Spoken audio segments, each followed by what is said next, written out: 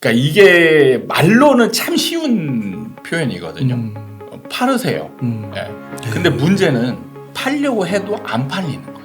그래서 제가 2021년도에 올라갈 때 팔으라고 강하게 주장했던 이유가 뭐냐면 폭등을 지나고 나면 거의 파는 게 어려워요. 유튜브 채널 아파트 사이클 연구소를 운영하고 있고요. 그 다음에 책은 첫 번째 책이 전세가를 알면 부동산 투자가 보인다. 그리고 두 번째 책이 부동산 폭등장이 온다. 네. 그리고 이번에 이제 신간이 맞습니다. 새로 나오거든요. 네.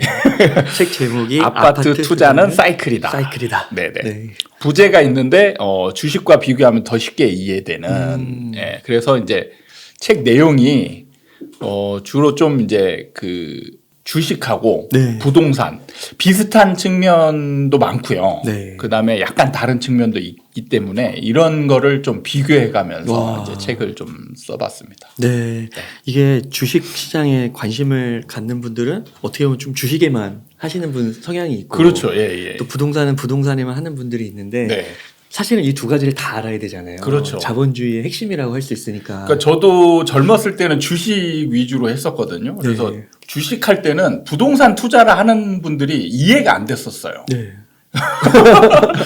느낌에 주식은 굉장히 뭔가 빠르고 결과도 빨리 나고 하는데 부동산은 굉장히 느리잖아요. 네. 뭐 몇 년이 지나도 안 변하는 것 같고 막 이런 느낌이기 때문에 주식을 했을 때에 좀 갑갑한 느낌? 예, 그런 게 이 부동산에 대한 느낌이 이제 그런 게 있었던 것 같아요. 그래서 지금도 아마 제가 느꼈던 감정이나 생각이 아마 주식하는 분들하고 비슷하지 않을까 뭐 이런 생각을 가지고 이제 좀 주식하는 분들도 부동산에 좀 관심을 가졌으면 하는 생각들 가지면서 이제 한번 얘기를 풀어봤습니다. 주택 시장으로 보면 신규 분양 그 입주 느낌, 그 새로운 신축 아파트가 들어오잖아요. 네. 그럼 이제 이거를 공급이라고 생각하거든요, 사람들이. 네. 주식 시장에서는 IPO 시장으로 들어오는 신규 주식들, 예를 들면 작년에 이제 엔솔이나 네. 뭐 이런 대형 이제 IPO가 있었잖아요. 그렇죠.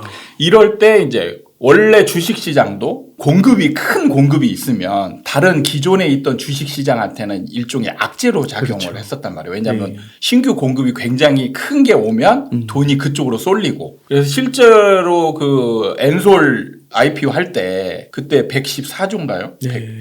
그때 이제 어마어마한 숫자가 몰렸었잖아요, 돈이. 그럼 그 돈이 갑자기 없던 데서 나오는 게 아니고 주식시장에 있던 기존 주식에서 돈을 빼서 그쪽에 넣는 것들이 많잖아요. 네. 그러면은 돈을 빼야 되니까 원래 다른 주식의 그 주식 같은 경우는 악재로 작용할 수 있거든요. 네. 그게 이제 부동산 시장에도 마찬가지의 영향이 있는 거예요. 근데 실제로 주식 상승장에서 엔솔이나 아니면 뭐 다른 대형 IPO가 있을 때 기존 주식들도 상승하고, 그다음에 엔솔이나 이런 것들도 엄청 상승하고 그런 상황이 이제 벌어졌었죠. 네. 그게 이제 주택 시장에도 사실 공급이 많으면 무조건 하락한다라는 인식이 강한데 시장의 힘이 강할 때는 이 수요가 이제 굉장히 늘어나기 때문에 그걸 다 소화하고 기존의 주택들도 상승하고 새로운 분양하는 물건들도 같이 상승하는 그런 상황이 이제 발생을 하는데 시장이 변하면 이제 언제 그랬냐는 듯이 네. 완전히 바뀐다는 거죠. 야, 이게 IPO 시장하고 비교해서 말씀해 주시니까 네. 이게 시장이 진짜 안 좋을 때는 네. 상장을 해도 네. 안 사거든요. 그렇죠. 그러니까 처음부터 이제 네. 한가로 막 시작하기도 하는데 그렇죠. 이게 약간 미분양이랑도 비슷할 수 있겠네요. 예, 맞습니다. 아, 그런 비슷한 의미로. 측면이 있어요. 그런 거. 아, 그렇군요.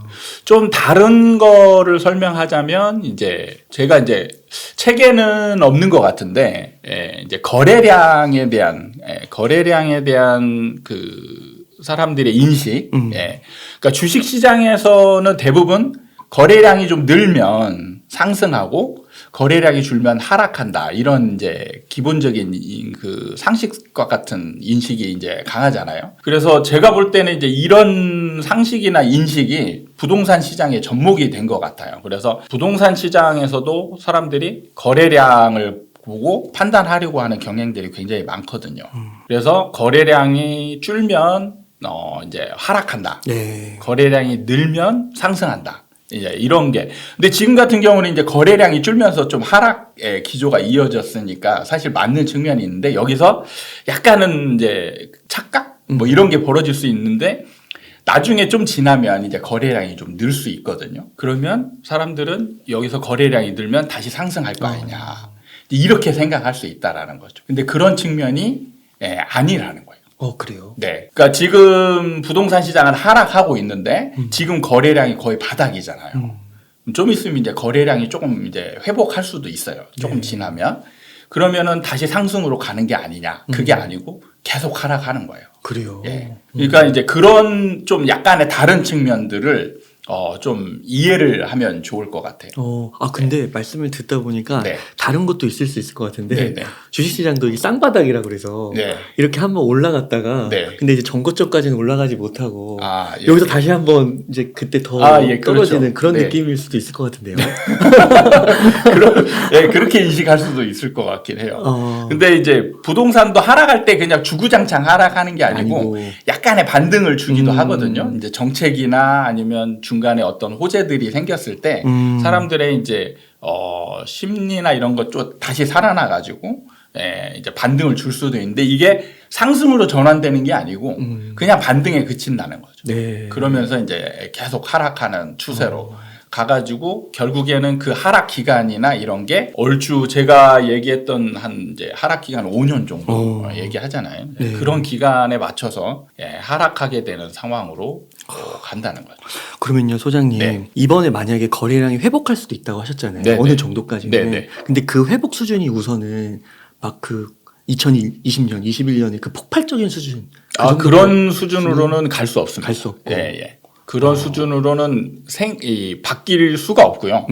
그냥 거래량 회복하는 정도가 예전에 평균 거래량 수준. 그러니까 서울로 치자면 서울 같은 경우 월 평균 거래량이 한 4천에서 5천 건 사이예요. 네. 근데 요즘 거래량은 완전. 1,000건 미만이잖아요. 네. 지금 뭐 9월달 평균치가 한 500에서 600건 정도 되는 것 같아요. 그러니까 거의 월 평균 거래량의 10분의 1 수준으로 지금 거래량이 줄었단 말이에요. 네. 그럼 여기서 이제 회복되는 수준으로 간다. 그러면 여기서 말씀하셨던 2020년이나 2021년 초반의 거래량 그때는 10,000건이 넘었어요.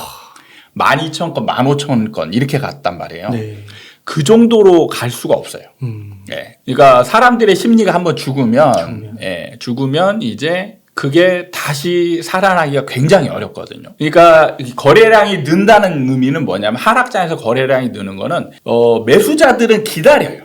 바닥에 이게 급매물이 나오길 기다리는 거고 적극성이라고 제가 표현을 하는데 적극성이 거의 제로에 가까운 매수 수요자들이 대기하고 있는 중이고 지금 상태는 매도자들도 버티고 있는 상태라는 거예요. 그래서 거래량이 이제 줄어들었던 건데 거래량이 느는 건 어떤 상태로 변하냐면 이제 매도자들이 약간 적극성을 더 띠게 돼요. 가격을 좀 낮추는 거예요. 그렇죠. 가격을 더 낮추면서 이제 떨어뜨리니까 밑에서 기다렸던 사람들이 받아서 거래가 이루어지는 거죠. 그래서 거래가 일어나는 건데 거래가 폭발적으로 증가하려면 어떻게 해야 되냐면 매수자의 적극성이 엄청 늘어나야 돼요. 그러니까 주식으로 표현하자면 우리 주식의 호가창에 보면 순간 거래 그 강도가 있고 오늘 하루 강도가 있잖아요. 네. 거기에 1000%까지 올라가거든요. 최대가. 1000%까지 올라가는 정도 그런 수준이면 이제 거래량이 폭발적으로 증가하는 거거든요. 그러니까 2020년과 21년 같은 경우는 주식시장으로 치면 순간 거래량이 거의 거래 강도가 1000%에 가깝다라는 거예요. 그거는 매수자들이 적극성을 띠고 막 밀어 올리면서 사는 거거든요. 그러니까 하락장에서는 그런 일이 벌어지지 않는다는 거죠. 네. 그러니까 그렇게 심리가 한번 꺾이면 그 다시 그렇게 뭐 2020년, 21년 수준으로 돌아가는 데 있어서는 부동산은 더 시간이 필요하다고 엄청 시간이 오래 걸리는 거군요. 그렇군요. 그래도 평균까지는 올라올 수가 있는 거군요. 그렇죠. 평균까지는 이제 올라올 수 있는데 이걸 보고 이제 착각하는 분들이 예를 들어서 지금 같은 경우 거래량에서 월 평균 거래량으로 가면 약 1000%의 상승이거든요. 10배 가까이 상승을 하니까 1000% 상승이. 그러면 이제 거래량 증가가 1000%다. 뭐 이런 식으로 이제 자극적인 멘트를 달면서 이제 상승에 대한 뭐 기대치나 이런 것들을 예상할 수 있는 사람들이 많은데 그렇게 가지 않는다라는 거죠. 네. 그러니까 제가 거래의 숫자보다도 더 중요한 게 적극성. 누가 적극성을 띈 거래가 일어나느냐. 이게 더 중요하다라고 제가 항상 강조를 드리는데, 예를 들면 주식시장에서 하한가가 점하가 있고, 원래 뭐 예로 시초가가 그냥 정상가에서 나중에 갑자기 하락가로 이렇게 쭉 가는 경우가 있잖아요. 근데 점하 같은 경우는 거래량이 많지 않을 수도 있는데 원래 정상적으로 몇 프로 그냥 하락했다 갑자기 쭉 하락할 때는 엄청난 거래량이 동반이 되거든요. 네. 그럴 때의 거래량이 느는 상황에서 거래량이 늘었다라고 이건 상승으로 간다라고 볼 수 없는 거죠. 어쨌든 하한가로 간 거잖아요. 그렇죠. 그럼 여기에 누가 적극성을 띈 거래를 만들었냐.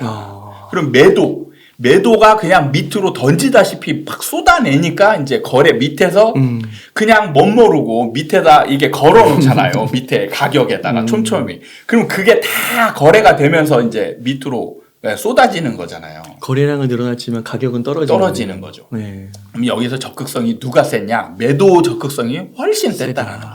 그 적극성의 개념을 네. 그때 강조 계속 해오셨잖아요. 그러니까 이런 개념이 기존 이론에 없었어요. 없었어. 네, 없었습니다. 그래서 제가 이제 이런 이론을 특히 부동산에 더 강하게 이제 적용되기 때문에 제가 적극성 이론을 어떻게 보면 이제 만든 거죠.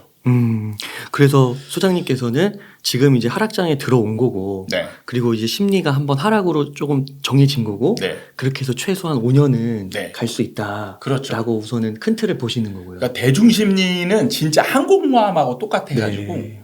방향을 한번 딱 틀잖아요. 여간에서 방향을 다시 돌리는 게 엄청 어렵다는 거예요. 그러면 이렇게 좀 반론을 좀 제기하시는 네. 분들도 있으시더라고요. 네네. 예를 들면은 거래가 없기 때문에 네. 지금은 하락이든 상승이든 네. 그 장을 구분할 수 없다. 네. 그러니까 거래량이라도 뭐 좀 와야 네. 가격이 찍히니까 네. 그 순간 그 가격을 보고 이게 진짜 하락장에 돌입한 건지 상승장인지 네. 반전을 한 건지 알 수 있다. 이거는 추세적인 측면을 좀 어떻게 보면 무시한 거거든요. 제가 예를 들면 이런 거예요. 제가 2021년도에 1월 달에 제 영상에서 2021년 전망을 제가 영상으로 찍으면서 뭐라고 얘기했냐면 2021년은 올라간다. 올라가는데 무조건 중간에 팔아라 그랬어요. 그리고 왜 팔아야 되냐? 올라간 다음에 거래량이 없어서 매수자가 없어질 것이다. 라고 얘기를 했어요. 맞아요. 네. 그렇게 얘기를 했습니다. 그래서 실제로 매수자가 없는 거예요, 지금. 그냥 제가 그냥 예견한 게 아니고 흐름상 그렇게 가는 거예요. 그래서 지금 거래량이 없는 거는 이상한 현상이 아니고 폭등 뒤에 나타나는 자연스러운 현상이에요. 그로 인해서 하락하는 거예요. 예.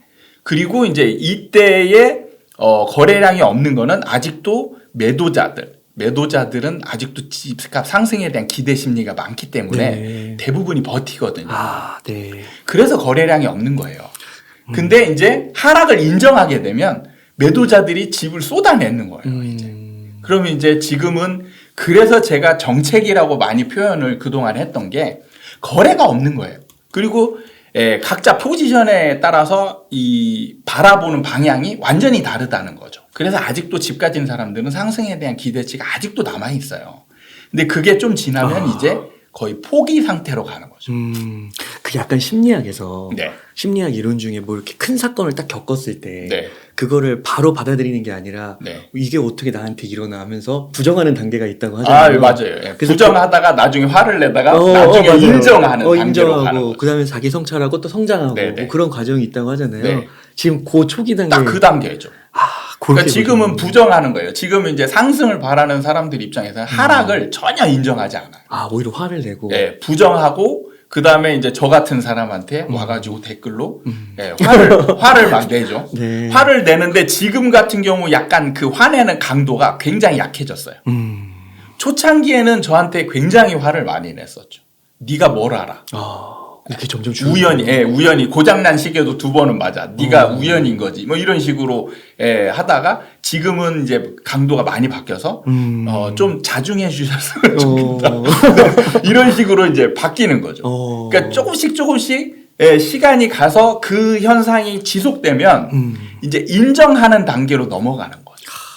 그건 벌어진 현실이고 그걸 돌이킬 수는 없는 거니까 예. 그냥 그걸 내가 인정을 안 한 것뿐이었으니까. 그렇죠. 근데 시간이 지나면 벌어진 일은 뭐 객관적 사실이기 때문에. 그러니까 처음에는 이걸 인정 안 하고 버티면 시장이 바뀔 거라고 생각하는 거예요. 그러다가 버텨도 바뀌지 않네? 라고 하면은 이제 점점 순응하게 되는 거죠. 네. 시장에 사람들이. 그렇죠. 예, 그렇게 이제 사람들의 심리가 점점 바뀌게 되는 과정으로 진화되는 거죠. 근데 지금 그 집값을 보더라도요. 네. 많이 빠졌기도 하지 않나요? 네. 정고점으로 봤을 때는요. 근데 냉정하게 보면 네. 그러니까 인정하지 않는 사람 입장에서 보면 어떤 논리를 피냐면 간간히 일어나는 뭐 어떤 급매물 하나 예, 사실 나머지는 다 버티고 있거든요. 그래서 실제로 제가 만약에 매수자 입장에서 지금 싼 가격에 사고자 하는 사람들이 부동산에 가보면 살 물건이 없다. 네. 이런 표현을 하거든요. 왜냐하면 사고자 하는 사람들은 이제 급매물 거래가 됐잖아요. 그러면 그게 이제 기준이 되는 거죠. 그럼 최소한 이 가격보다 싸거나 최소한 이 가격 정도는 나오겠지 하고 가보면 호가나 이런 걸 보면 그런 것들이 별로 없는 거예요. 거의 없죠.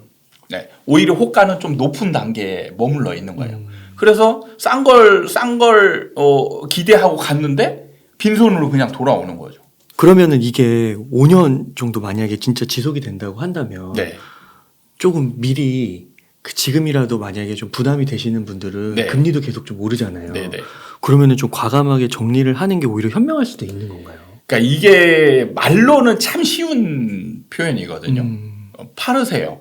예. 만약에 그 사람이 처해 있는 환경이나 시장 상황을 모르는 사람이라면 아주 쉽게 얘기할 거예요. 근데 팔으시면 됩니다. 근데 문제는 팔려고 해도 안 팔리는 거예요. 그래서 제가 2021년도에 올라갈 때 팔으라고 강하게 주장했던 이유가 뭐냐면 폭등을 지나고 나면 거의 파는 게 어려워요. 매수자들이 진짜 연기처럼 사라진다는 표현을 제가 많이 했거든요. 맞아요. 네. 네, 매수자들이 아예 없어지는 거예요. 그러면은 지금 예를 들어서 하락을 인지했으니까 이제 그걸 방어하기 위해서 팔려고 내놨는데 그럼 이 사람이 파는 가격이 중요하겠죠. 이 사람은 시세 정도나 아니면 시세보다 약간 싼 정도 이 정도에 팔려고 지금 내놓는 거지 이거보다 막 2, 3억 그렇죠. 아니면 뭐 4, 5억 이렇게 하락해서 파는 거는 어떻게 보면 의미가 없을 수 있죠. 손해를 너무 먼저 안고 가는 거기 때문에. 그래서 이게 현실적으로 말은 쉽지만 행동에 옮기는 게 굉장히 어렵다는 거예요. 그래서 이제 미리 그런 거를 저는 경험을 다 하고 시장이 어떻게 흘러갈지 알고 있으니까 그러면은 가장 좋은 매도 방법은 언제냐. 올라갈 때 거래가 많이 일어날 때 내가 팔고 싶을 때 내가 원하는 가격에 팔 수 있는 그런 상황이 그때밖에 없다라는 거죠. 소장님 그때 네. 정말 그런 말씀을 많이 하셨잖아요. 그때는 혹시 유튜브 뭐 반응이나 댓글이 좀 어떠셨는지 기억이 나시나요? 말도 못했죠. 올라갈 때 팔으라고 하셨는데. 네, 그거는 그러니까 사람들이 이렇게 인식해요. 판다는 거는 곧 떨어진다. 그러니까 주식과 부동산이 다른 점이 이제 대표적인 다른 점이 바로 이거예요. 주식은 떨어지는 걸 확인하고 나서 팔아도 괜찮죠. 충분히 팔 수 있어요. 네, 좀 싸게만 파는 거죠. 예. 근데 부동산은 그게 안 돼요. 안 되는 거죠. 안 됩니다. 그래서 많은 사람들이 그 시기를 다 놓치는 거예요. 그러니까 사람들은 판다는 건 곧 떨어진다는 건 의미하기 때문에 말도 안 되는 논리를 핀다라고 생각하는 거죠. 제가 표현은 아니 올라가는데 왜 팔아? 말도 안 되는 거죠. 네. 예. 그러니까 그걸 받아들이는 사람들이 아예 없었어요. 그러니까 이제 별 미친 소리 다 한다 뭐 이런 그때 굉장히 많은 진짜 욕을 제가 먹는 게 그냥 천직인 것처럼 그렇게 이제 그 인터뷰를 했었죠. 혹시 그 방송을 그렇게 하시면서 네. 이제 시청자분들 가운데서 진짜 그때 좀 집을 정리하신 분들 그런 있습니다. 어. 네. 그러니까 뭐 어떻게 보면 제 찐팬이라고 이제 볼 수 있는데 그 제 초창기부터 저를 어느 정도 알고 이론이 맞다라는 걸 알고 같이 공부하고 그 다음에 그에 맞춰서 이제 행동하려고 했던 분들이 좀 있어요. 그분들은 2021년 한 봄이나 여름부터 내놓기 시작해가지고 그러니까 부동산은 내놓으면 내놓는다고 바로 팔리는 게 아니거든요. 보통 한 3, 4개월 네. 길면 뭐 6개월 이상 그렇게 걸리기 때문에 좀 미리 내놔야 되거든요. 그래 내놔서 가장 가장 최적으로 판 사람이 가을에 진짜 딱 전환되기 직전에 판 분들이 몇 분 계시고 근데 그분들이 하는 얘기를 들어보면 그분들이 팔았을 때 또 그분들한테 쏟아지는 비난과 조롱과 걱정 이게 엄청났다라고 하더라고요. 그러니까 가족들 친지분들이 왜 지금 파냐 아직도 상승할 것 같은데 네. 예, 그거를 사실 그분들은 어떻게 보면 대단한 거죠. 예, 주변에 많은 친지분들이나 가족들이 반대를 함에도 불구하고 예, 저를 믿어서 확실하게 행동에 옮긴 그런 사람들이기 때문에 어떻게 보면 굉장히 대단한 거예요. 그 주식에 그런 말이 있잖아요. 그 환희에 팔고 네. 공포에 사라. 그러니까 그때 정말 환희의 정점이었다고 네, 이제 네, 판단이 네. 되신 거잖아요. 네. 아, 그렇게 보신 거군요. 그때 혹시 그러면은 정말 이거는 더 이상은 힘들다. 네. 라고 판단하신 혹시 그때 기준이 혹시 있으셨나요? 저는 이제 확실한 제 기준으로 이거는 이제 정체기로 넘어간다라고 판단했던 가장 큰 이유는 호가갭이 벌어지는 거였어요. 호가갭이 벌어져서 매수자가 이제 더 이상 쫓아가기 어려운 가격대가 형성이 되는 거죠. 그러니까 가격이 실거래가가 많이 높게 찍히는 게 아니고 실거래가가 제가 그 방송에서도 이 예를 많이 들었는데 실거래가가 10억이 찍혔는데 매도 매물은 15억에 나오는 거예요. 네. 그럼 실거래가와 호가갭이 너무 많이 벌어지니까 매수자들이 그때만 해도 그래도 적극적으로 사려고 하는 사람들이 꽤 있었거든요. 근데 이 사람들이 문제는 이제 투기 시장에서 이제 더 큰 바보 이론이 있는 거잖아요. 그럼 만약에 내가 바보라면 나보다 더 큰 바보가 뒤를 받쳐주면 나는 손해보지 않고 이익을 보기 때문에 나쁘지 않은 행동이 되는 거잖아요. 근데 여기에서 이제 멈춤 현상이 생기는 게 나보다 더 바보, 내 뒤를 이어줄 사람이 과연 있을까 하는 의문이 이때 딱 생기는 거예요. 네. 네. 그러면서 매수 행위를 주춤하게 되는 거죠. 주춤하게 되는 순간에 이제 이게 우연적으로 겹치는 일들이 많거든요. 그때에 뭐가 일어났었냐면 대출 규제가 생겼어요. 그게 첫 시발점이 이제 농협이 우리 앞으로 대출 해주지 않겠다. 이런 이제 그 발표를 했었단 말이에요. 그리고 뒤따라서 몇 개 은행들이 같이 이제 대출 중단. 이걸 하면서 매수 심리가 완전히 이제 그로 인해서 죽어버린 거죠. 네. 그러면서 이제 이때부터 더 이상 상승의 기조가 연장되기는 어렵겠다 판단을 하면서 제가 이제 정책이다라고 이제 강하게 얘기를 했던 거죠. 근데 이 기반에는 더 중요한 게 뭐가 있냐면 규제의 누적 효과라는 게 이미 쌓여 있어야 돼요. 그래서 매수자들을 규제의 누적 효과로 인해서 어느 정도 탈락을 시켜서 매수자들을 그러니까 유효 수요라고 하죠. 유효 수요를 한정 짓게 만들었어요. 네. 그렇기 때문에 이제 사고자 하는 소수의 사람들이 대기하고 있다가 이 사람들마저 탈락하는 상황이 그 호가 갭과 대출 규제에 의해서 일어나게 되는 거예요. 그래서 어느 한 가지로 얘기하자면 저는 가장 큰 효과는 규제의 누적 효과라고 얘기를 하고요. 네. 그 다음에 이제 일종의 트리거 역할을 했던 거는 호가갭 벌어지는 상황과 대출 규제라고 얘기를 합니다. 그게 보통 이제 저도 그때 이제 보니까 막 10억에 거래됐던 게 호가가 13억, 14억 막 이렇게 나오더라고요. 네네. 그래서 그리고 거래도 그렇게 많지 않고. 네. 그러면 이게 평상시에는 네. 이게 원래 이렇게 몇 억씩 그 호가랑 갭이 네. 몇 억씩 벌어지는 게 아니라 한 5천 뭐 이런 정도로 벌어지는 굉장히 촘촘하게 되죠. 그러니까 상승장 초반에는 거의 1000 단위로 그 호가가 정도로군요. 붙어 있어요.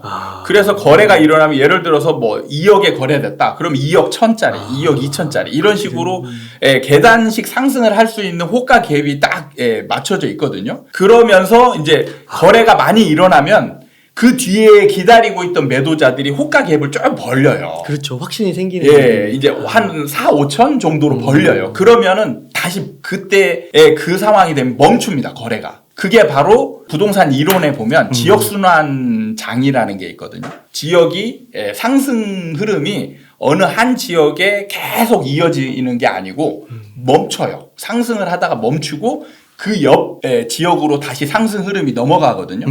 그 원인의 대표적인 그게 바로 호가 갭 벌어지는 여긴 너무 벌어져가지고 이제 못 사니까. 그렇죠. 이게 가격이 올라가면서 점점 호가 갭이 벌어져요.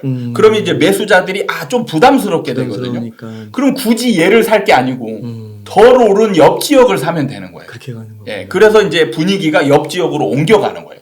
그래서 얘가 멈추죠. 그리고 한 바퀴를 쭉 돌아오면 다시 이 호가 높은 갭이 싼 게 다시 이제 비싼 느낌이 없어지는 거예요. 주식의 순환매 같은 거죠. 그렇죠. 그러면서 거래가 또 되고, 네. 그러면 이때부터 이제 5천짜리 갭에서 1억짜리 갭으로 다시 이제 또 돌아와서, 그럼 또 멈추고. 싸 보이니까. 네. 이런 식으로 반복적인 상황이 벌어지는 거예요. 그렇게 해서 이제 몇 바퀴 돌다 보면 이제 도저히 감당할 수 그렇죠. 없는. 도저히 감당할 수 없는. 그게 이제 매수자들도 탈락이 점점 탈락이 되고, 그 다음에 호가갭도 점점 너무 많이 벌어지고. 네. 그래서 그 소장님께서 전책이 네. 아파트 폭등장이 온다. 네. 그땐 사라고 하셨잖아요. 그렇죠. 그러니까 그게 순환매가 도는 시기가 그렇죠. 이제 네네네. 그 가운데였던 거고. 네. 근데 이제 지금은 이제 순환 시장의 막바지에 네. 올라왔기 때문에 이제 21년부터 그렇게 말씀을 하셨던 거고, 그렇습니다. 이번에 이제 네. 그걸 다 정리해서 한번 책을 쓰신 거고요. 네.